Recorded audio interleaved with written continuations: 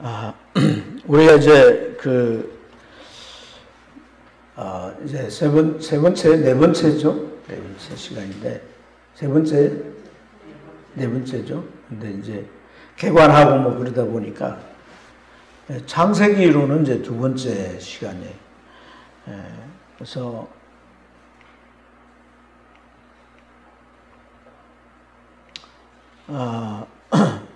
여기 보면 이제 주요 테마 2번이라고 됐잖아요. 그죠? 테마 1번이 뭐였어요? 이건 제가 이제 지금 여러분들과 같이 나누고자 하는 성경 전체 줄거리를 테마별로 하는 거예요. 나누는 게 많아요. 시대별로 나누기도 하고, 뭐 주제별로 나누기도 하고. 주제나 테마나 이러한 말이 조금 뭐 이렇게 비슷하긴 한데, 이렇게 좀 같은 성격을 묶어가지고 그렇게 나누기 때문에 제가 테마라고 이렇게 명명했어요. 그래서 테마 1번이 뭐예요? 천지창조. 그렇죠. 테마 2번이 이제 오늘 우리가 같이 나눌 내용인데 뭐였어요? 범죄, 타락, 심판, 그리고 남은 자, 분산. 그렇죠? 11장에 다 터지는 거예요. 그 다음에 창세기 남은 전체가 뭐예요? 12장부터 50장까지. 적장이에요. 그러니까 창세기 그 세 테마만 딱 기억하면 줄거리가 나오잖아요. 그렇지 않습니까?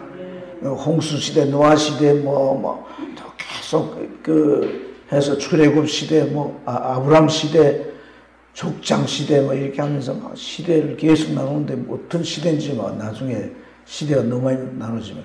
그러니까 창조 시대.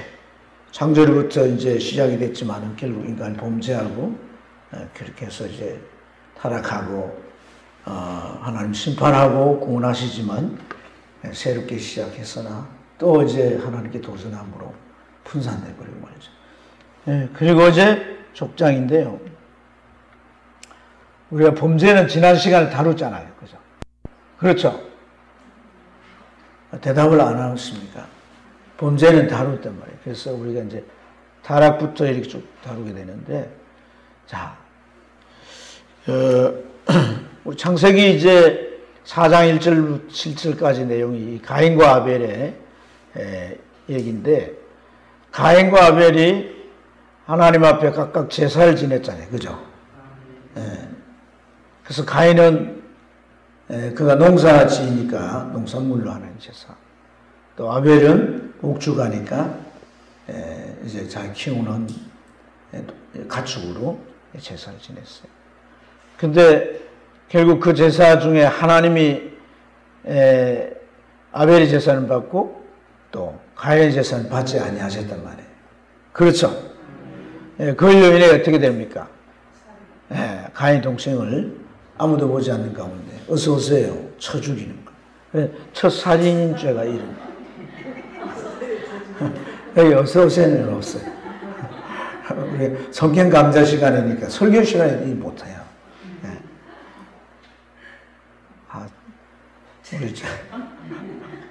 우리 김 집사님이 지금 남편 사업장에 노가다 하시고 오신, 그래도 저 북면에서 여기까지 버스 타고 버스 안에서 막 달리고 이래가지고 오셨지 않겠어요? 자, 그래서 이제 최초의 살인자가 되는 이러한 비극이 일어났는데, 이 사실 4장 1절부터 7절까지 내용의 이제 테마가 제사죠, 제사. 제사란 말이에요, 제사. 제사가 주제거든요. 둘 다 제사를 지냈는데 하나님 받으시지만 하나님 받지 않는다. 근데 이 제사를 받지 아니하셔서 제사가 실패된 거잖아요. 제사의 실패라고 하는 그의 결과는 너무나도 비참하였단 말이에요. 그렇지 않습니까? 우리가 예배를 한 주일 빠지거나 잘못 드린다고 이렇게까지 되겠는가 이런 생각을 하는데, 이게 이제 뭐냐면 하나의 모델 케이스 같은 거예요. 여기에는 굉장히 복잡한 문제들이 얽히고 설켜 있어요. 굉장히 중요한 문제들이 얽혀 있거든요. 그러니까 사실 어찌 보면 창세기에 나오는 첫 제사잖아요. 그렇지 않습니까? 근데 그 전에 제사, 왜 아담이 제사 지냈겠죠. 아담이 제사를 안 지냈다고 생각하면 안 돼요. 성경은 다 축약되어 있는 거예요. 아멘? 그리고 이제 아담이 자식을 낳는데, 물론 가인이 장자고, 그 다음에 이제 아벨이지만, 그 외에 자식을 낳지 않았다고 생각하면 안 돼요. 유대 전성에 보면, 아담이 800년 동안 살면서, 그 안에 하와랑 이제 자식을 낳았는데, 유대 전성에 그래요. 유대 전성에. 그 아들은 33명 낳고, 딸은 27명 낳았어요.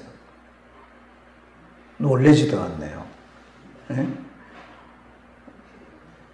그래서 하와를 삼자의 어머니라고 그러잖아요. 삼자의 어머니. 그렇죠. 그리고 이 사건은 한 130년. 그러니까 아담이 범죄하고 한 130년이 지난, 이 자식을 낳고 한 130년이 지난 이후의 사건이라는 거죠. 그래서 이미 많은 사람이 살고 있는 거예요. 아담이 태어나서 살고 있는 거예요. 자, 그래서 이제 하나님 앞에 제사를 지냈는데, 그렇게 두고 본다면 이미 제사도 계속 진행되어 왔으니까 어떤 방식으로 제사 지낸다는 것도 나름대로 그게 이제 정해져 있지 않겠냔 말이에요. 그렇지 않습니까? 그러면은 뭐 아벨의 제사는, 아벨이 드린 이 제사는 하나님이 받으셨으니까 그렇게 제사를 지내야 되고, 그럼 가인의 제사는 하나님 받지 않는 제사인가? 레위기를 들어가 보면 5가지 제사가 나오는데, 그게 소제는 곡물로 드리는 제사예요. 제사 가운데도 하나님이 이제 맥주절 제사 때는요, 거둬들인 그 보리의 한 단을 참 그걸 초실이라고 그러잖아요. 먼저 이제 딱 흔들어서 올려드리거든요. 그러니까 곡물의 제사가 없는 것도 아니란 말이에요. 그러면 뭐가 문제냐? 어떻게 하나님은 가인의 제사를 받지 않고 아벨의 제사만 받으셨느냐? 하나님 받으신 이 아벨의 제사에 대해서 성경은 이렇게 제사를 지내야 된다, 뭐 이런 어떤 설명을 하진 않아요. 그렇지만은 히브리서 11장 4절을 보면 가인보다도 더 나은 제사를 뭘로 드렸다는 거예요? 믿음으로 드렸다, 이렇게 말하거든요. 아멘? 네. 그런데 더 자세히 여기 4장을 보면 이제 하나님께서 제사를 실패하고 난 뒤에 가인에게 경고하는 말씀이 나와요. 뭘 경고하느냐 하면, 이 안색이 왜 변하냐? 안색이 왜 변하냐? 제사를 지내고 난 뒤에 안색이 왜 변하냐고 묻는 거예요. 그러면서 하신 말씀이 7절에, 선을 네가 행했다면 왜 네가 얼굴을 들지 못하겠느냐, 이렇게 말해요. 동생 죽이지 않았어요. 동생 아직 안 죽였다니까. 제사를 실패하고 하나님께서 가인에게 찾아오셔서 왜 안색이 변해? 네가 선을 행하였다면 왜 얼굴을 못 뜨냐, 이렇게 말한다. 그러면 이 가인의 제사에는 이 말씀 속에 분명 문제가 되는 요소가 있다는 거 아니겠어요? 그렇지 않습니까? 그러니까 이 가인이 자기의 공물을 이렇게 해서 드렸는데, 하나님께서 그러니까 이 제사의 본질적인 의미가 뭐냐는 거예요. 본질. 곡물로 드리는 제사는 감사의 성격이 있어요. 그러나 다른 제사는 희생이 다 들어가는 거예요. 희생. 피가 들어가야 되는 거예요. 그러면 이 제사의 본질과 이게 어떻게 연결되냐면, 하나님과 죄로 인하여 그 관계가 단절됐기 때문에 그 단절의 결과가 죽음이거든요. 그래서 제물이 날 대신하여 죽어주는 거예요. 날 대신에 죽어주는 거란 말이에요. 그들이 죄로 인하여 부끄러우니까 막 나무잎을 딱 가렸잖아요. 아담하고. 그러니까 하나님께서 그게 영구적이지 못하니까 짐승을 잡아가지고 가죽을 벗겨가지고 그것을 옷을 만들어 주셔 입게 하셨지 않습니까? 그죠? 이 사건은 굉장히 중요한 것을 의미해 주는 거거든요. 죄와 연관되어서. 아멘입니까? 그리고 결국 제사라고 하는 것이 그 향하는 최종 목적지가 뭐냐면은 십자가예요, 십자가. 주님이 그 십자가에서 우리의 모든 대속죄를 다 완성하잖아요. 영원한 속죄를 이루고 완성하잖아요. 그러니까 제사에 대한 것들을 말하는 히브리서, 구약과 신약을 이렇게 합해서 설명해 주는 히브리서를 보면 모든 제사가 예수 그리스도가 대속의 제물이 되시고 단번에 하나님께 제사를 드려지는 이것으로 향하고 있단 말이에요. 본질이 그거라고 해요. 본질이. 그러면 아벨의 제사가 본질에 가까워요? 가인의 제사가 본질에 가까워요? 가인의 제사? 아벨의 제사죠. 아벨은 또 어떻게 드렸어요? 첫 새끼를 드렸고 그 기름을 함께 드렸다는 거예요. 주님은 예배에 대해서 뭐라고 하냐? 진리와 영으로 예배해야 된다.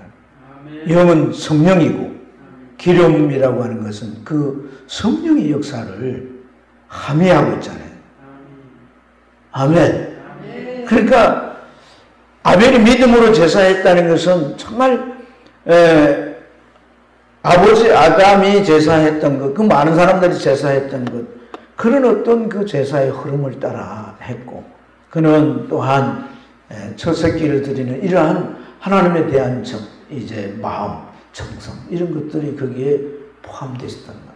하지만 아벨은 그냥 아버지가 제사하라고 이렇게 규정해 놨으니까, 동생이 또 제사질이니까 안 지낼 수는 없고, 그래서 그런 재물을 구하기가 불편스럽고 있는 자기의 농산물로 하나님 앞에 제사를. 그러니까 네가 선을 행했으면 왜 얼굴을 들지 못하겠는가, 그렇게 말씀합니다. 그래서 제사를 지내는 이 가인의 태도나 마음가짐이 하나님께로부터 올려질 수 없는 제사예요.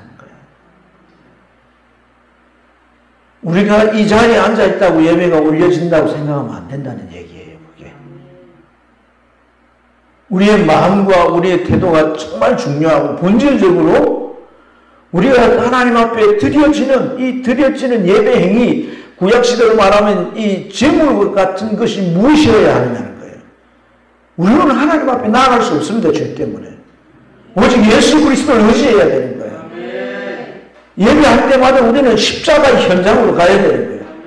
그래서 속죄가 있어야 되는 것이고, 그의 희생이 얼마나 하나님 앞에 우리로 하여금 나아갈 수 있게 하는 그런 엄청난 뭔가를 우리가 생각하면서 우리 가슴을 다시금, 우리 마음을 다시금 뜨겁게 하고 하나님을 향하여 정말 진정한 마음으로, 열렬한 마음으로 크게 예배해야 된단 말이에요.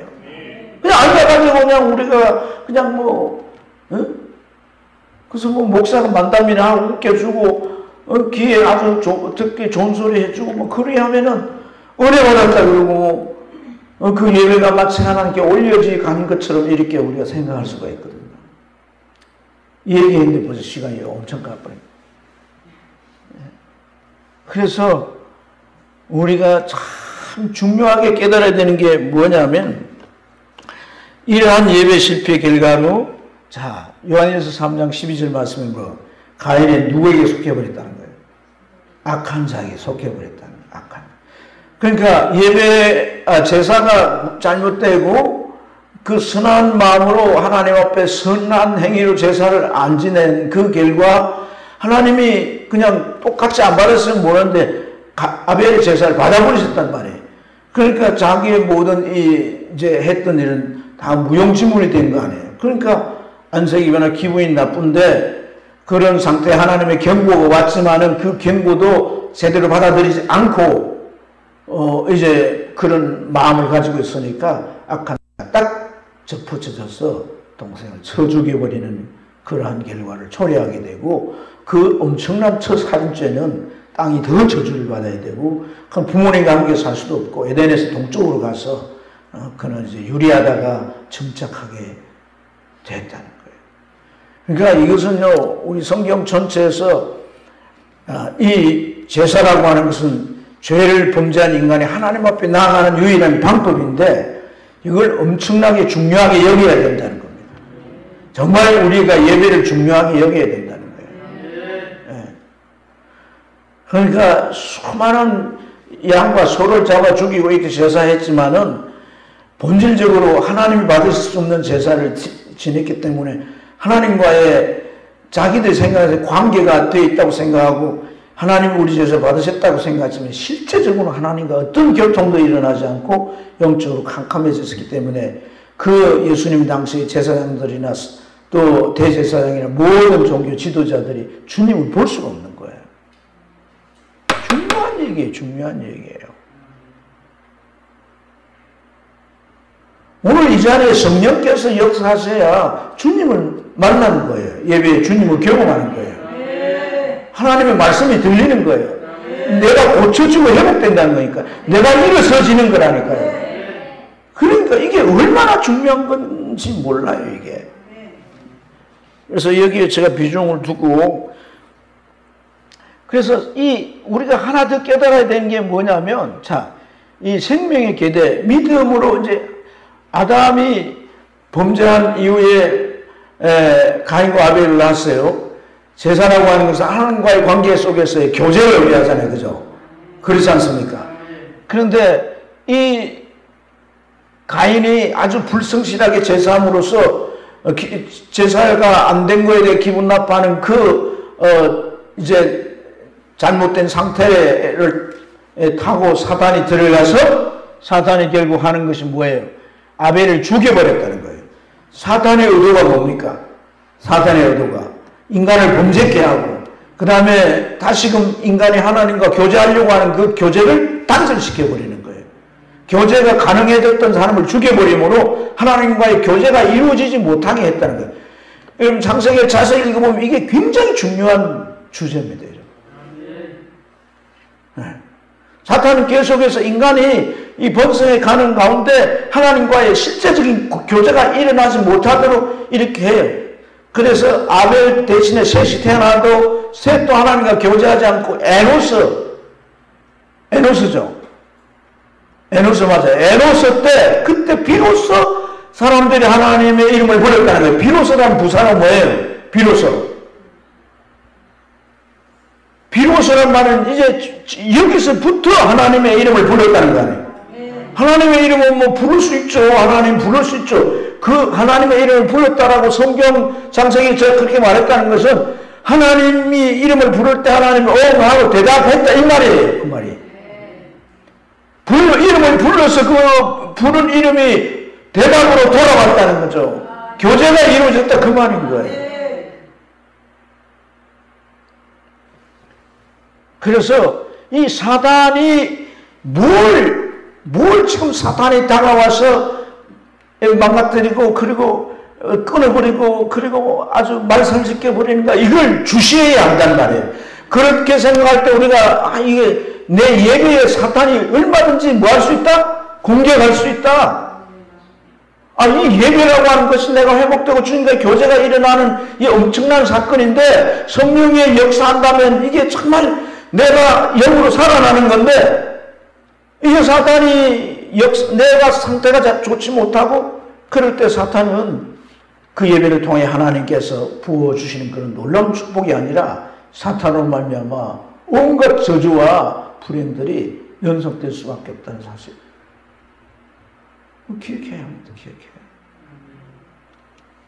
네. 그래서 이제 동쪽으로 갔는데 이제 어머니 난 딸 중에 뭐 우리 친족 다 결혼하고 옛날에는 그렇잖아요. 우리 유교 때문에 뭐 그런 것들이 건절되겠지만 어쨌든 아들 이름으로 가서 에녹성을 짓고 거기다가 이제 세상 나라를 시작하게 됐다는 거예요. 아유 그림을 빨리 안. 그래서 이제 그 이후로 이제 두 계보가 쭉 흘러가는 거예요. 흘러가는데 4장에도 이제 족보가 나오고 5장에도 족보가 나오죠. 여기 있는 사람들, 이 사람들이 이제 후예들인데 그 외에도 많습니다. 그리고 여기는 셋의 후예들. 에노스, 에녹, 노아.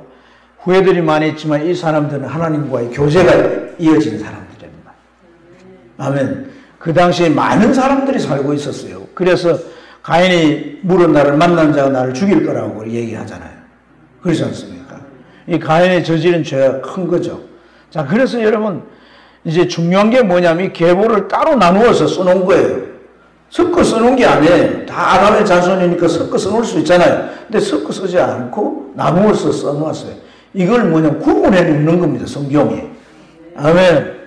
그래서 섞이면 안 될 사람들이라는 말이에요. 섞이면 안 될 사람들이라는 말이에요. 나중에 이 사람들은 완전히 하나님과 멀어지면 그 영도 없어지는 거예요.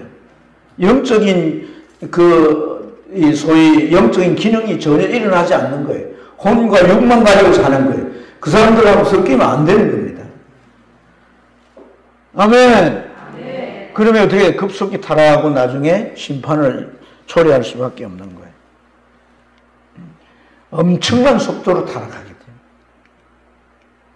자, 그래서 두 개 이제 족보가 아니라 이제 세 개가 흘러가는 거예요. 세 개가 흘러가는데 왜 세 개라는 말을 제가 쓰느냐면 라멕이라고 하는 사람은 이제 가인의 아들 라멕이라는 사람은 이제 가인의 후손 라멕이라는 사람은요 왕이에요, 왕. 그래서 사장에 보면 라멕에 대한 얘기가 나오는데 그가 왜 왕인가? 그가 소년을 죽였다고 그러잖아요, 그죠? 그러면 하는 말이 뭐라고 말합니까? 가인은 이제 하나님께 표를 받아가지고 사람을 죽였지만은 표를 받아가지고 7배, 가인을 죽인 자가 7배 벌 받는다 그랬는데 나는 70배를, 그러니까 지가 법을 정하는 거예요. 지가 법을 정하는데 지가 법을 정하는 그 사람은 누구예요? 왕이잖아요, 왕. 그 어떻게 왕이 될 수 있느냐? 바로 이 4장 20절부터 22절 보면 문명을 만들어요, 문명을. 문화로 만들고 문명을 만들어요. 그게 다 자기 손주들이에요, 손주들. 그래서 어떤 문명을 만드냐, 목축업을 해가지고 목축의 조상이 되고, 퉁소를 만들어서 음악과 예술의 조상이 되고, 두발가인은 또 이제 기계를 만들어요. 쇠를 이렇게요. 기계까지 만들었다는 게 기계를 만들어가지고 공업을 일으키는 거예요. 그러면 그게 문명이잖아요. 문명이 약한 나라, 문명이 강한 나라, 발달되는 나라, 발달하지 못한 나라는 힘의 차이가 엄청나는 거거든요. 그 힘을 가져서 그는 뭐가 되는 거예요? 왕이 되는 거예요, 왕이. 네, 그래서 세계로 나누어지는 거단 말이에요. 그래서 이 세계는 사람이 지배하고 그 힘은 문명과 문화가 되는 거예요. 문화는 즐기는 거죠. 즐기는. 그러나 이 셋의 후손들이 만드는 이러한 세계는 뭐예요? 다 이 사람들이 하나님과 뭐합니까? 교제한, 그렇죠. 그래서 하나님의 지배를 받는 거예요. 사람의 지배를 받는 게 아니고 하나님의 지배를 받고 그들의 문화는 뭐예요? 신앙이 문화인 거예요. 신앙이.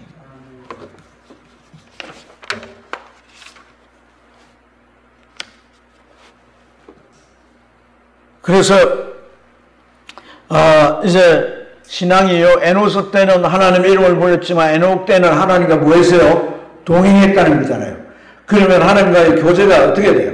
더 깊어지는 거죠. 할렐루야. 그리고 에녹을 통해 하나님 뭐예요? 앞으로 될 일을 알려주잖아요. 그죠? 유다서 1장 14절 15절에 보면 하나님 천군 천사와 나타나가지고 이 세대 사람들의 말과 행위를 내가 심판하겠다고 말씀하잖아요.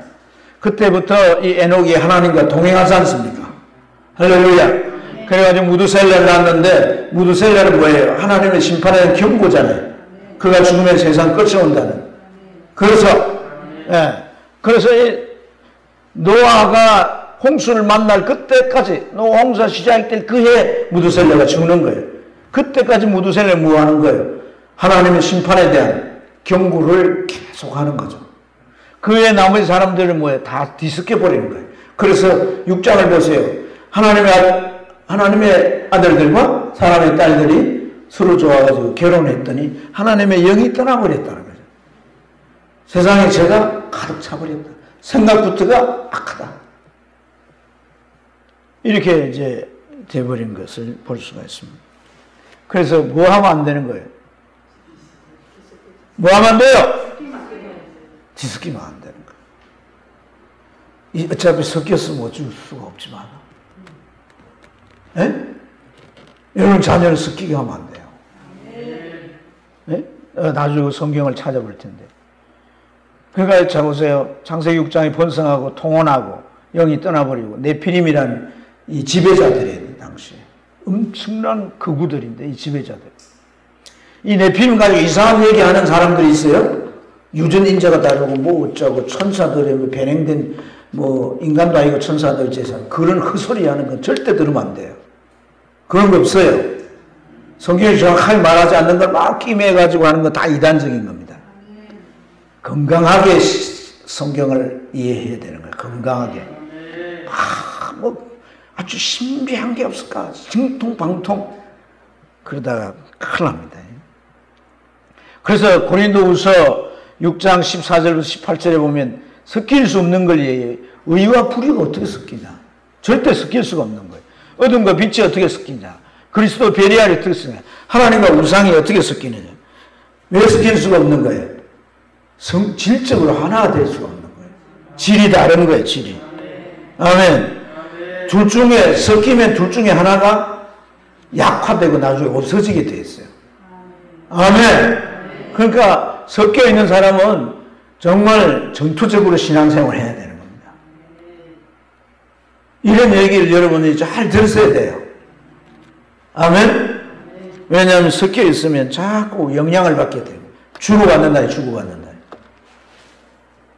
하나가 없어지게 된다.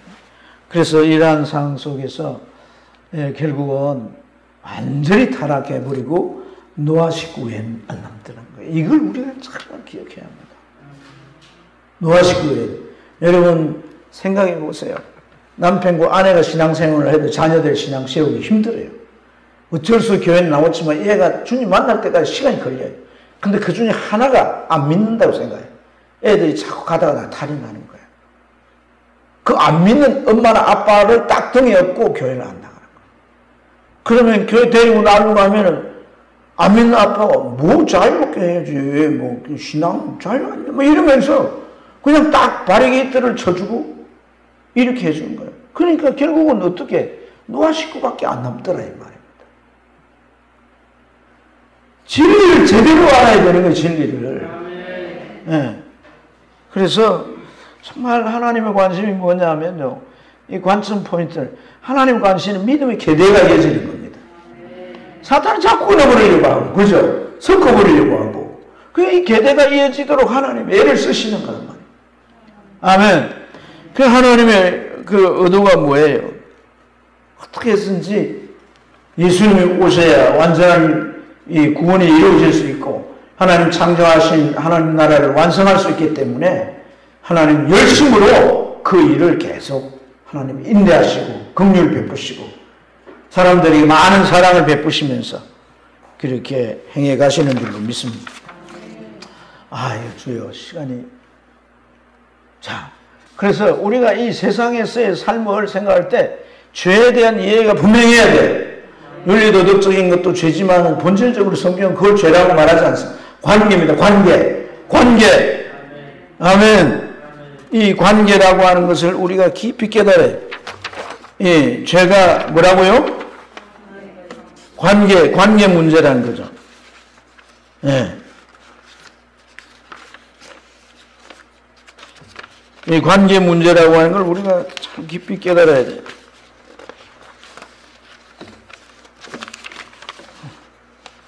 예. 그래서 이 관계가 정상적으로 되어 있으면 그 다음에 일어나는 게 교제라는 말이에요. 그것이 교제.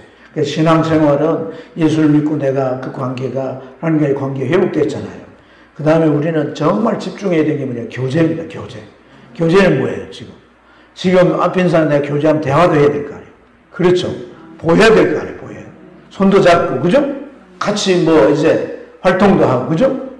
어떤 그 삶이 일어나야 될 거 아니에요. 그런 이제 교제가 일어나야 된단 말이에요. 내가 일방적으로 교회만 왔다 갔다, 뭐 예배 드리면 같이 드리고, 뭐 기도하면 같이 하고, 그런데 뭔가 하나님으로 또 온 게 없으면 교제가 지금 정상적으로 이루어지고 있다, 없다? 이루어지고 있다.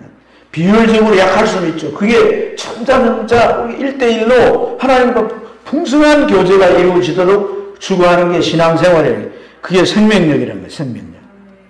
할렐루야. 사탄은 그래 관계가 됐어. 그럼 내가 교제하지 못하게 하지. 이렇게 사탄은 전략을 바꾸는 겁니다. 우리가 이 성경을 이해할 때 사탄을 절대 빼놓으면 안 돼요. 여러분 성경 이 통독 하고 이런 걸 배우면서 사탄의 전략에 대한 것들을 배우지 않고 성경에 있는 이 보편적인 내용들만 이해하는 건요. 그건 본질 더 깊이 있는 걸 모르기 때문에 정말 적을 몰라서 내가 오히려 더 속을 수가 있는 겁니다. 그걸 깨달아야 됩니다. 그래서 우리가 신앙생활에 있어서 정말 중요한 본질에 대해서는 본질적인 것에 우리가 신앙생활의 절대적인 것에 대해서는 마치 예수님 하신 것처럼 뭐예요? 침노하는 자의 삶을 살아야 됩니다. 아멘입니까? 침노한 우리가 이웃과 가족과 이웃과 직장에 사랑과 선행을 베풀지만 한편으로는 의와 믿음을 우리가 지키기 위해 분투해야 되는 거다. 네, 좀 암이 크게 해야 되는 거예요. 신앙을 그래서 적극성을 가져야 됩니다. 네, 적극성을 가져야 돼요. 받고 하나님의 은혜를 받았는데 내어두면 안 되는 거죠. 한 달을 받았다고 기분 나빠하지 말고 남기면 2달란트가 되고 그래가지고 또 시간이 남으면 하나님 그걸 주어서 4달란트 될 거 아니겠어요. 그럼 2달란트를 우리가 뛰어넘지 않습니까 여러분? 그렇지 않습니까? 다섯 달에 10달란트 남았지만 내가 한 3번만 반복하면 10달란트 하는 사람이 더 많이 남길 수가 있는 거예요. 그러니까 우리가 필요한 게 적극성인 거지. 하나님이 지금 나를 평가를 어떻게 했다. 그걸 서운할 필요가 없다고요. 가인처럼. 아멘입니까? 제가 실패했다면 그래 아벨이 제사한 거 성공이야. 그럼 아벨 따라 하면 되는 거란 말이에요. 왜 삐져가지고 한쪽 구석에 가서 오만 생각을 다 하면서 그렇게 안 한단 말이에요. 그건 아주 신앙생활에 안 좋은 태도인 거예요. 우리의 감정과 하나님 보세요. 가인이 그렇게 못된 짓 해놓고 표 달라고 살려달라고 보니까 하나님 왜 표를 주잖아요. 하나님 그런 분이란 말이에요. 너는 동생을 죽인 너 네가 살길 바래? 네 제정신이 있냐? 동생을 정해놓고 네가 살길 바래? 사람들을 죽이려고 마땅한 거 아니냐? 너도 좀 양심이 있으라야. 그렇게 하지 않아요. 표 딱 주어서 그 생명 보존합니다. 라멕이 7배라 그랬잖아요. 7배. 아, 내가 오늘 좀 주사 맞았는데 왜 이렇게 힘이 나죠? 나도 모르겠어. 그래서 우리의 신앙의 위치를 잘 살펴야 돼. 이게 화살표 4가지가 있는데 이게 색깔이 있는 것마다 이제 신앙의 성향이라고 할 수 있습니다. 좌표가 A이면 하나님과 이웃을 사랑하는 거죠, 그죠?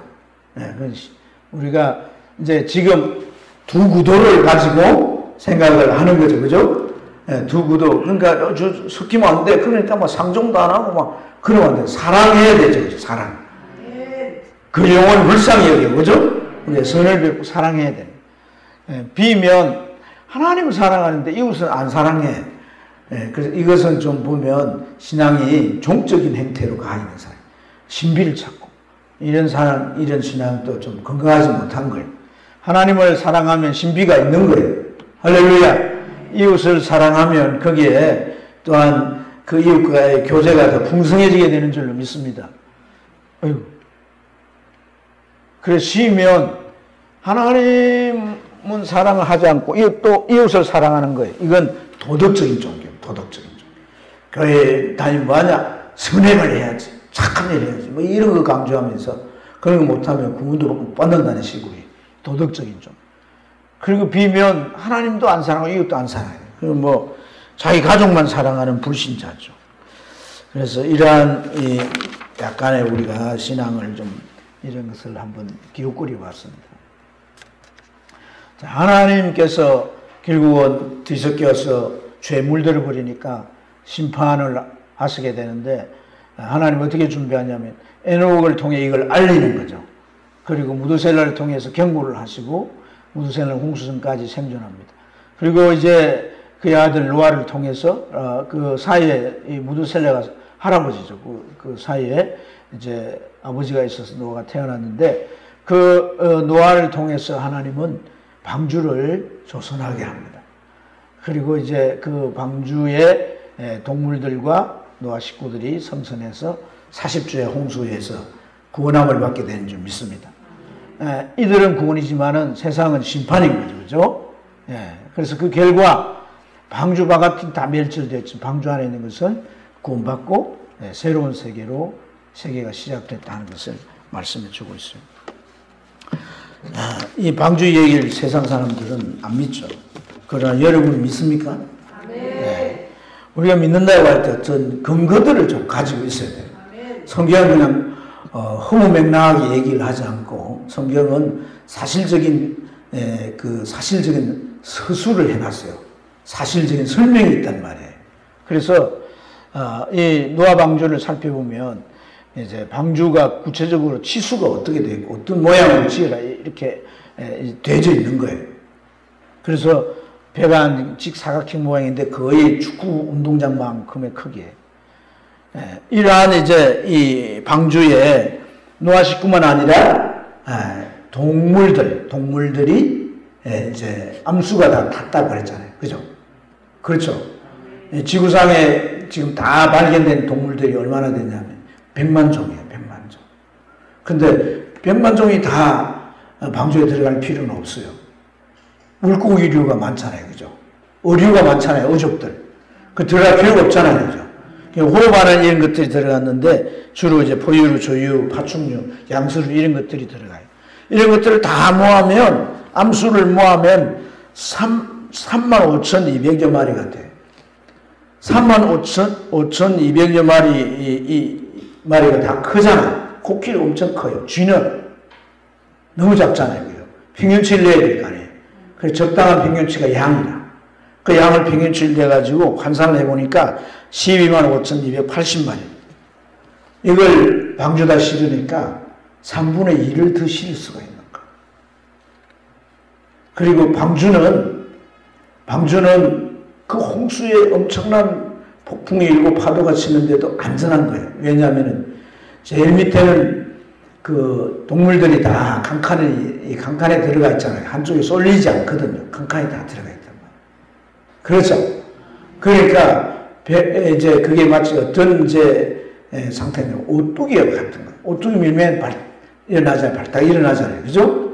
그 왜 그래? 밑에다가 묵은 걸 갖다가 이렇게 해놓기 때문에. 그래서 배들 보면 다 밑에 물을 담아놔요. 담수를 해놨다고. 배 밑에. 세월호도 보면 세월호 밑에 담수가 있는데 그거 빼버리고 짐 많이 실으려고 그러다가 배가 결국 기울기를 못 견뎌갖고 넘어진 거잖아요. 정말 참 벌받을 인간들이죠. 그 배 밑에는 그 물을 저장을 해가지고 오뚜기처럼 잘 견디게 한단 말이에요. 근데 현대 조선공학으로 이 방주만큼 파도에 잘 견디도록 비율이 되어 있는 배가 없다 그랬잖아요. 그 비율로 함대도 만들고 그랬단 말이에요. 오리고노라고 하는. 자, 그래서 이제 뭐 몇 배를 더 실을 수가 있는 거예요. 그리고 40주야 비가 왔다고 그랬잖아요. 그죠? 그렇죠? 그 어떻게 비가 왔느냐. 제가 거꾸로 써놨는데, 비가 온 건 하늘에 창이 열려 비가 왔는데, 그 비가 오기 전에 기품의 샘이 터졌다고 말해요. 기품의 샘이. 기품의 샘이 땅 밑에 있는 이 지하수가 터졌다는 거거든요. 그럼 그게 뭐냐면 지각 변동이 일어나가지고 땅이 벌어지니까 그 속에 있는 아주 수압이 치솟아 오는 거예요. 화산이 폭파되고 지각 변동이 일어나니까 화산이 폭파될 거 아니겠어요? 땅에 밑에 불이 있잖아요. 마그마가 들고 있잖아요. 지각이 찌그러지고 하니까 틈 사이로 화산이 폭파할 거 아니겠어요? 그래서 그 화산들이 폭파하면서 또 이제 땅이 찌그러지니까 기품의 샘들이 막 터져 나오고 이렇게 이제 물이 이제 이 바다에서 땅 밑에서 솟아나기도 하지만 하늘의 창들이 열렸다는 거예요. 하늘의 창. 그럼 이 하늘의 창이라고 하는 건 뭐냐면 수증기층을 말해요. 자, 이 지구를 보면 홍수 이전의 지구는 이렇게 돼 있는 이게 수증기층이에요. 타이탄이라고 하는 위성도 이렇게 수증기층, 물층으로 쌓여져 있는 거예요. 그 물이 있는 게 아니고 수증기 형태로 있는 거죠. 그 대기권을 이렇게 싸고 있는 거예요. 이게 이제 고주파나 저주파를 차단시키는 거예요. 그래서 피부가 빨리 타지 않고 노화가 안 되고, 그래서 사람이나 동물이나 생명체가 덜 넓고, 또 이게 이렇게 싸고 있기 때문에 온실 효과 때문에 온실 안에 있는 작물들은 많이 자라잖아요. 크게 자라잖아요. 그러니까 이러한 상황에서 공룡이나 많은 이 동식물들이 살아갈 수 있는 아주 최적의 환경이란 말이에요. 아멘. 그래서 사람들도 막 700살, 900살 이렇게 살았다는 이 말이에요. 그리고 홍수가 난 그 이후부터 나이가 뭐 급격히 줄어들잖아요.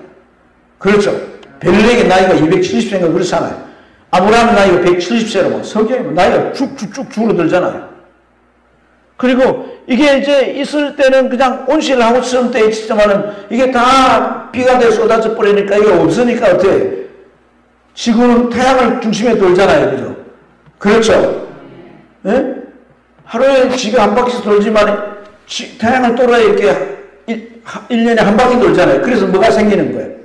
사계가 생기잖아요. 전에는 사계가 없었지만 홍수 예보면 심음이 있고 또 이제 또 자라난 게 있고 거둠이 있고 또 겨울이 있다고 그렇게 사계를 얘기한다고. 홍수 이전에는 사계를 얘기하지 않아요. 홍수 이후에 사계를 얘기한단 말이에요. 다 이렇게 근거를 가지고 있는 거예요. 성경에. 할렐루야. 자, 그래 또 다시 넘어가가지고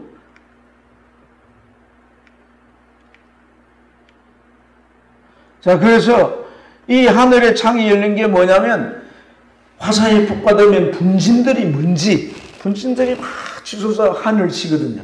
그럼 수증기청이 그게 작은 물입자가 되어서 공중에 이렇게 떠 있지만은 그게 이제 먼지에 묻을 때는 무게감 때문에 뭐가 되겠어요? 비가 되어 쏟아지는 거예요. 설명이 돼야 안 돼요, 다. 설명이 되는 거단 말이에요. 아멘입니까? 자, 그래서 그렇게 해서 다 죽었다고 치자 그러면 그럼 지구의 물은 어떻게 됐냐? 이 빙하기라고 하는 것이 실제 있잖아요. 그죠? 지질연대를 구분하고 지질연 빙하기가 있었다고 얘기하잖아요. 그죠? 그렇잖아요. 그래서 맘모스 같은 이 빙하기에 다 얼었다고 얘기하죠. 그럼 빙하기가 어떻게 왔냐? 빙하기를 설명하지 못해요. 빙하기를 설명해낼 방법은 독일 과정처럼 빙하기를 설명할 수가 없어요. 그래서 하나님께서 바람을 통풍을 불게 해가지고 물을 이제 줄어들게 했는데 이 지각 변동으로 땅이 깊이 바다가 깊이 파지고 땅이 또 올라갔잖아요. 그러니까 알프스 산맥이나 많은 산맥들이 안데스 산맥이 다 융기된 산맥이란 말이에요. 다 올라갔다는 거예요. 본래 그렇게 된 게 아니라 솟아 올라갔다는 거예요. 그래서 이제 높아지고 땅은 높아지고 바다 깊숙들의 물이 되고 남극과 북극에 이렇게 지금도 얼음층이 굳어져 있지 않습니까? 그죠? 그렇게 이제 물을 감아시고 배를 아라라산에 두었는데 이 아라라산에 방주의 흔적이 있다고 200여회 조사를 하고 그 방주를 발견한 나바라 씨가 그 잔해를 가지고 오고 그게 6,000년 이상 된 잣나무고 역청이 발라져 있고 그런 얘기 하잖아요. 위성에 찍힌 사진 이런 얘기 다. 흔적이 어떻게 있는지 흔적이 200여 개의 전설이 있어요. 방주 홍수 전설이. 그래서 유럽에 30개, 아시아 23개, 북미 29개, 59개, 남미는 46개 있는데요. 이게 길가메시 이제 도판인데 가장 오래된 이제 도판이에요. 여기 보면 홍수 설화가 있어요. 또 이거는 중국은 이 역사적으로 가장 오래된 문자잖아요. 그죠? 상행문자. 상행문자는 모양을 보고 글자를 만드는 거잖아요. 그렇죠? 그래서 배선자를 보면 이렇게 배자에다가 8팔자에다가 입구자에다가 8명이 배 안에 들어가서 배선자가 돼요. 한자가 그 성경을 지지하는 한자가 너무 많아요. 그거 다 얘기할 수 없고. 이거는 미국 미시간주에 인디언 동굴에 백화가 나왔는데 이게 지금 5판으로 되어 있거든요. 5판으로 되어 있단 말이에요. 창세기 6장부터 9장까지 내용 그대로 설명하고 있는 거예요. 한 사람이 하늘을 쳐다보고 있어요. 하늘 구멍이 잘 뚫려요. 그러면 비가 쏟아져요. 40판이에요. 40판. 방주예요. 방주. 해가 나고 방주에 새가 두 마리 그려져 있고, 여기에 해가 나오고, 사람들, 남자 넷이가, 만세! 인도인이나 유대인들은 여자는 빼거든. 미안합니다. 저는 안 빼는데, 걔들은 빼요. 그래서 빠져 있어요. 그리고 동물들이 내려오는 거예요. 무지개가 있는 거예요, 무지개가. 누가 가르쳐 줬을까요, 이거? 그렇지 않습니까, 이거? 예? 과학적인 그런 거죠. 이게 그랜드 캐년인데요. 여기 이 암석청이 만들어졌어요, 암석청. 이 암석청에 보면 이 사이에 동물이나 물고기 이런 이제 뼈 이런 것들이 암석들이 많이 있어요. 근데 이러한 것들이 뭐 연대를 막 구분해가지고 얘기를 해놨지만은 결국 이 하등생물이나 고등생물이 뒤섞여 있다는 거예요. 뒤섞여. 그래서 왜 이런 식으로 그러면은 청청이 되어 있나? 지층도 그렇거든요. 태적물이 한번 확 와서 덮어버린 거예요. 그리고 날 굳어지는 말라가 또 태적물이 와서 확 덮어버린 거예요. 40주에 비가 오면서 그런 형태로 이제 물이 많아지면서 태적물이 얕은 곳으로 막 흘러들어가면서 이렇게 태적 형태가 되는 거예요. 그래서 오래 시간이 걸리니까 이게 암석이 된 거예요. 그러면 이 동식물들이 화석이 돼가지고 이렇게 섞여 있다라고 하는 것은 뭐야? 결국 한순간에 일어나는 일이에요. 홍수설을 지지해 준단 말이에요. 이런 자료를 가지고 얘기를 하려면 많습니다. 그래서 이런 화석, 석탄, 석유 이런 것들이 갑자기 어떻게 이렇게 한 곳에 많을 수가 있냔 말이에요. 석탄은 나무가 매몰돼가지고 탄화돼서 만들어진 게 석탄이에요. 석유는 동물들이 한 곳에 모여져 죽어서 그 기름이 석유가 된 거잖아요. 그게 왜 중동 쪽에 왜 많이 나냐? 한국에 좀 많이 나거든요. 이스라엘은 또 나지도 않아. 참 그래서 말이죠. 그 어쩌겠어요, 그런 얘기. 자, 그래서 이 노아 가족만 이제 남게 됐는데 결국 아라랏 산에 배가 이렇게 안착이 되고 배 안에서 하나님 문을 열어주시니까 닫을 때도 하나님 다 이제 배에서 내리죠. 그리고 제사를 지낼 때 하나님 무지개 언약을 해주시는 거예요. 이제는 비가 와도 걱정하지 마라. 홍수가 없다. 국제적으로 뭐 홍수 같은 일이 있지만 세상을 덮는 홍수는 지금까지 없었잖아요. 하나님 약속을 지키시는 거죠. 자, 이 노아의 삶과 신앙이 주는 메시지가 뭐냐? 여러분 창세기 6장 4절 5절을 보면 네피림이 통치를 했어요. 그래서 세상 사람들이 악한 행위뿐만 아니라 마음이 악하다는 마음부터 악하다는 거예요. 그러니까 악을 벗어날 수 없는 상태인 거예요. 그런 영향력 속에서 노아는 자기 신앙을 지켰다는 겁니다. 아멘. 네. 그리고 그런 가운데 세상 전부가 불신세력으로 물들어져 있는 가운데도 하나님에 대해서 그는 100% 신뢰하고 홍수를 심판할 때니까 방주를 지으라는 말씀에 순종하는 거예요. 100% 신뢰가 안 되면 순종이 되겠습니까? 신뢰를 워낙 안 하니까 200%만 강조를 했는데 200%는 없어요, 사실. 100% 신뢰하는 100%. 그런데 이러한 노아의 신앙이 어떻게 이어졌을까? 어떻게 노아의 신앙이 갑자기 뭐 하나님께로부터 불을 받아가지고 뭐 신앙 가졌을까? 노아의 신앙이 어떻게 이루어졌을까요, 여러분? 관로 쳐놨잖아요. 답을 넣어보라고. 노아의 신앙이 어떻게 이루어졌을까? 계대의 신앙이에요. 계대의 신앙. 아멘입니까? 에노부터 시작해서 셋을 하나님이 허락해 주셨고 에노스부터 하나님과 교제하고 그의 우선 가운데 에녹이 하나님과 동행하고 할렐루야. 하나님 앞으로 이 세상에 행할 일에 대비하도록 하나님께서 말씀해 주시고 그래서 우리가 이 계대의 신앙이 너무나 중요하다는 걸 깨달아야 돼요. 할렐루야. 네. 그래서 다시 이제 노아 식구들이 시작했지만 인간은 또 다시 타락하잖아요. 그죠? 11장을 넘어와가지고. 그렇죠? 네. 또 다시 타락해 뭐합니까? 바벨 탑을 쌓습니다. 그래서 오늘은 이제 테마 얘기가 다 끝나야 되기 때문에 좀 달리기를 해가지고 이렇게 왔어요. 자, 그래서 이 타락하는데, 타락은 결국은 뭐냐면 하나님을 배제하는 거예요. 그래서 하나님께서 세상을 심판한 거 다 알면서도 이거 바벨탑 쌓았다는 것부터가 뭐의 동기입니까? 하나님 물로 홍수로 심판하면 우리가 심판 안 당해야지. 이거 아닙니까? 그렇죠? 여러분, 바울 사도가 로마서 1장에서 하나님 계신 거 다 알고 하나님께서 이런 거 싫어하는 거 다 아는데 하나님 믿지 않는다고 그러지 않습니까? 이게 인간의 죄악성이고 사단에게 마음을 빼앗겨버리는 상태이기 때문에 이게 그런 거예요. 예. 사람만큼 정말 우리 속에 선한 거 없어요. 정말 예수 의지하지 않으면 우리는 정말 설 수 없어요. 예. 하나님께서 비올 때마다 무지개를 보여주잖아요. 얼마나 바쁘시겠어요. 비올 때마다 무지개를. 그런데 바벨탑을 쌓아가지고 어디까지 쌓았다는 거예요? 어디까지? 예. 왜 이제 꼭대기까지 쌓아요? 비가 와도 안 죽는 방법이 그거 아니겠나. 그렇지 않습니까?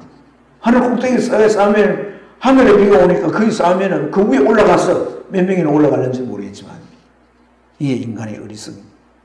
심판을 제대로 배우지 못하기 때문에 그렇다는 거예요. 우리가 하나님의 징계도 제대로 배워야 되는 거예요.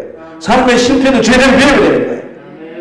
우리에게 있어서 안 좋은 부분도 반면 교사로 삼아 제대로 배워야 되는 거예요. 써놔야 돼요. 써놔야 돼요. 우리 기억은 못 믿어요. 써놔야 돼요.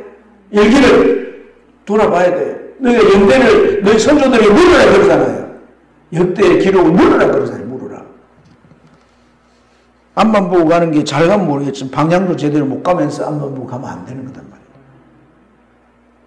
심판의 죄 때문에 일어났는데 하나님의 거룩한 백성으로 살기 싫은 거죠. 여전히 내가 왕이 되는 거예요. 내 마음대로 살고 싶다는 거예요. 이게 참 대단한 겁니다, 여러분.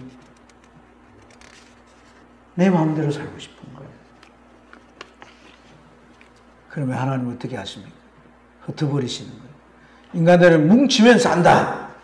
뭉치면 찬다. 뭐라 그랬어요? 네, 뭉치면 쏜다. 농구를 또 하더만 보니까 뭉치면 하나님의 심판도 우리가 이길 수 있다. 이게 인간 아닙니까? 아, 참 대단해. 그러니까 하나님이 어떻게 합니까? 하나님은 어떻게 합니까? 하나님께서 분산시켜버리죠. 그죠? 그냥 언어를 바꿔버리니까 하나도 못 알아들어요. 돌 가지고, 벽돌 가지고 오라고 했는데 망치를 가지고 온 거예요. 벽돌 가지고 오라고 했잖아! 그래도 벽돌이라고 알아듣지 못하고 이번에는 또 이제 돌을 가지고 온다든지 다른 걸 또 가지고 와요. 그러면 일이 안 되죠. 그러니까 결국은 그래서 이제 흩어져서 살면서 인종도 달라지고 피부색도 다 달라진 시간이 갑니다. 여기 이제 이 색깔은 셈족이고 요 파란 색깔은 함족이고 푸른 색깔은 야벳족이에요.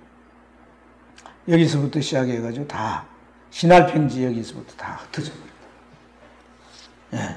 그래서 우리가 참 정리를 해보면 우리는 이 성경 속에서 보이지 않는 이 사탄, 구약시대는 사탄이 잘 보이지 않죠.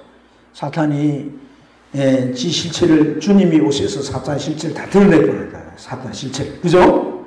예수님 딱 오셔서 복음서 보세요. 막 귀신이 드러나고 막 다 드러나잖아요. 그죠? 사탄이 다 드러나잖아요. 근데 구약시대는 사탄이 잘 안 드러나요. 짝 모습 다 감춰놓고 잘 안 드러나요. 그러나 자세히 보면 다 있는 거예요. 선악과 따먹게 하죠. 그죠? 그죠? 제사 전에 하나님과 교제하려고 하는데 죽여버리죠. 그죠? 6장 9장은 뭐예요? 뒤섞여서 타락해버리가. 그리고 나중에는 결국 마음에 하나님의 심판도 그들이 이길 수 있는, 피할 수 있는 대책을 만들자. 이렇게 사탄이 끊임없이 인간을 이렇게 하나님을 벗어나도록, 하나님이 원하시는 삶을 살지 못하도록 한다면 이걸 기억해야 합니다. 하지만 하나님은 창조에 우리가 딱 두 가지 관점이 뭐냐면, 여러분 제가 이제 정리해 드렸잖아요. 성경에 쫙 흐르는 전체 흐르는 큰 관점은 창조 목적인 하나님의 나라는 거예요.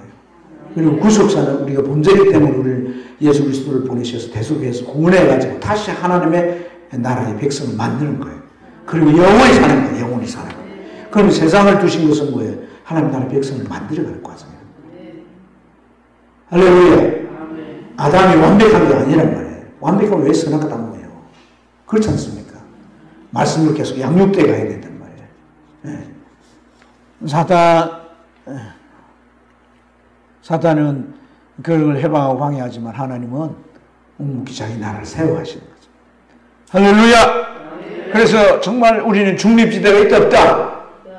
중립지대가 있다 없다? 없어요. 중립지대. 그 나라에 합당한 사람이 돼야 돼요. 그 나라에 합당한 사람. 계시록을 보면요. 13장 18장까지 바벨론이 어떻게 망하는가를 보여줍니다. 우리가 이렇게 발을 딛고 사는 세상. 좀 더 가지고 못 가지고 좀 더 올라가면 못 올라가 울고 불고 하는데요. 나중에 그것만 바라보고 사람들이 절망하고 절규하고 이렇게 됩니다. 이 나라를 우리는 하나님 나라를 여기서부터 맛보고 할렐루야 완전히 이루어질 그 나라를 향해서 가는 것이 우리 신앙생활인 줄 믿습니다. 자, 오늘 이제 나눠야 되는데요. 오늘 그래도 이제 런런해가지고 빨리 왔어요. 자, 두 제사가 주는 나의 예배에 대한 도전이 교훈이 뭐겠네. 두 제사. 나누시라는 말이에요. 자, 나누시라고. 두 제사. 가인과 아벨의 제사잖아. 두 제사. 그렇죠. 네? 나누기 힘드세요? 나누기 힘드시면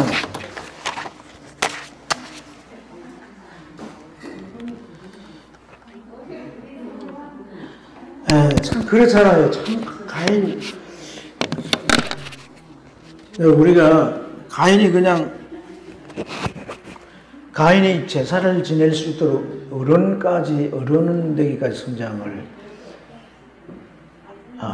시간 130년 정도 유대 전성이 그렇게 실제로 얼마 걸리는지 모르겠지만 그 사이에 제사가 없었겠단 말이에요. 그렇잖아요. 제사의 본질이라는 게 성경 전체를 통째 제사 왜 지내야 되느냐. 하나님의 인간 창조하시고 제사 지내라 이렇게 하지 않으셨잖아요. 그렇지 않습니까? 제사의 이유는 죄라는 말이에요. 죄. 이 죄를 제거하는 거라고. 그렇잖아요. 그럼 반드시 그 이유는 속죄 희생이 필요한 거라고. 그러니까 아담으로부터 신까지 그 제사를 지내왔을 거라고. 대충 내게 있는 것. 그러니까 예배에 우리가 정성이 빠지면 절대 안 되는 거예요. 목욕 제기하시고 제일 좋은 머리 훅가시 하시고 연지원지 바르시고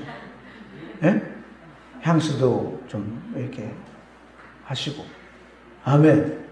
이건 한 주간 내내 입은 옷을 설거지 하면서 국물 튀기고 냄새 나는데 슬리퍼 꺾고 이렇게 그 하나님 앞에 가는 거예요. 문재인 씨가 여기 왔다면 그래 하겠어요.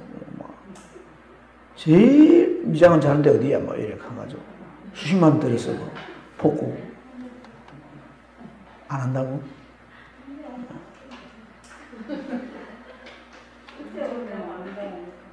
그러니까 우리가 예배에 대해서 정말 이 예배가 실패하면 이건 그냥 실패만이 아니라 사단에게 결국 접합되고 우리 삶에 불행성이 온다는 거예요. 어쩔 수 없는 상황이 있을 수 있을 거예요. 어쩔 수 없는 상황. 그럼 믿음이 도전해야 되는 것이고 하나님 앞에 예배를 우리가 참 소중히 여겨야 되는 거예요. 아멘입니까? 이제 이걸 다시 한번 우리가 좀 적용해야 되는 거예요. 신앙의 좌표. 우리가 균형이 있어야 되는 그런 얘기죠. 균형. 그렇죠. 교회만 다니고 가정 내팽개 친구 문제 동정 사회생활 완전히 뒤집어 엎어 이러면 안 돼. 전도 누가 할 거예요? 소가 하나? 전도 누가 할 거예요? 전도 세상을 변혁시키라 그랬는데 제자를 삼았어. 예. 우리도 누군가 전도해 줬기 때문에 예수 믿게 된 줄로 믿습니다. 그래서 여러분 좀 이렇게 전도 대상자 정해놓고 기도하면서 자꾸 투자 많이 해가지고 그 사람이 교회 안 나가면 안 되겠구나 하는 마음이 들도록 좀 하세요. 무엇에 돈을 써야 됩니까? 아멘. 백화점 가서 내용만 사입지 마시고 그 사람 옷도 한번 이렇게 참 깜짝 놀라게 막 이렇게 좀 해 써줘요. 예, 부담이 돼 도망을 가든 이사를 가든지 아니면 교회 나오든지 할 만큼 이렇게 그렇게 하지 않고 우리가 입만 가지고 전도하려고 하니까 안 돼요. 예. 전도하셔야 됩니다. 우리 신앙의 좌표를 잘 찾아야 돼요. 아멘. 신앙의 계승에 대한 나의 평가. 상중하 어디에 있어요? 예? 자녀들이 여러분 건강하고 자녀들이 육신적으로 잘 크고 학교에서 또 공부도 잘하고 뭐 친구들 관계 교우 관계도 좋고 모든 에 빠지지 않을 만큼 잘해. 그러나 지금 아이가 신앙생활 제대로 못하거나 안 한다. 그러면 여러분 편해서는 안 돼요. 내 마음이 편해서는 안 돼요. 근심거리가 돼야 돼요. 오나가는 기도를 그 새끼 볼 때마다 기도해야 되는 거예요. 아멘. 그런 상태의 아이를 위해서 아무도 기도해 주는 사람 없어요. 물론 목사는 여기서 가족들 가정마다 제가 이렇게 내 그룹을 나눠가지고 이렇게 가족들까지 다 기도를 하거든요. 기도 제목마다. 그 믿으면 안 돼요. 하나님 내 기도를 기다리는 거지. 네, 그래서 우리가 신앙의 개성을 할 수 있는 내가 있잖아요. 남편이나 다른 가족들이 안 믿어서 우리에게 유리하지 못한 부분이 있다할지라도 그래도 내가 있잖아요. 내 뒤에 하나님 계시잖아요. 모든 이 악조건과 어려움을 극복하고 내 자녀를 신앙으로 세울 수 있는 내가 있잖아요. 그러니까 아이들이 교회 나온다고 안심하지 마시고 정말 예수님 만나야 되겠다. 예수님 만나도록 체험하도록. 그게 여러분 가정 예배 기도 제목이 돼야 되는 거예요. 아멘. 계속 가족 예배 뭐 이제 애들 참석 안 하면 부부끼리 모이고 뭐 부부끼리 예배하고 부부도 남편이 안 믿으면 뭐 혼자서 오늘 내 예배하는 시간이다 그러고 뭐 TV 끄고 그냥 응접실에 예배 시작하세요. 네. 찬송하고 혼자 설교하시고. 그 기도 제목 1번 다 해놓고 기도 제 주님만 듣는 게 아니라 쟤네들도 들어야 되는 거예요. 눈물 흘려가면서 그렇게 기도. 좀 제가 과하게 말씀드린지 모르겠지만 우리도 모르는 사이에 아이들을 물들여가고 그 영혼을 완전히 유린해 가려고 하기 때문에 그렇습니다. 이런 사단의 계계를 우리가 알아차리고 그 영혼들을 우리가 건져내야 할 줄 믿습니다.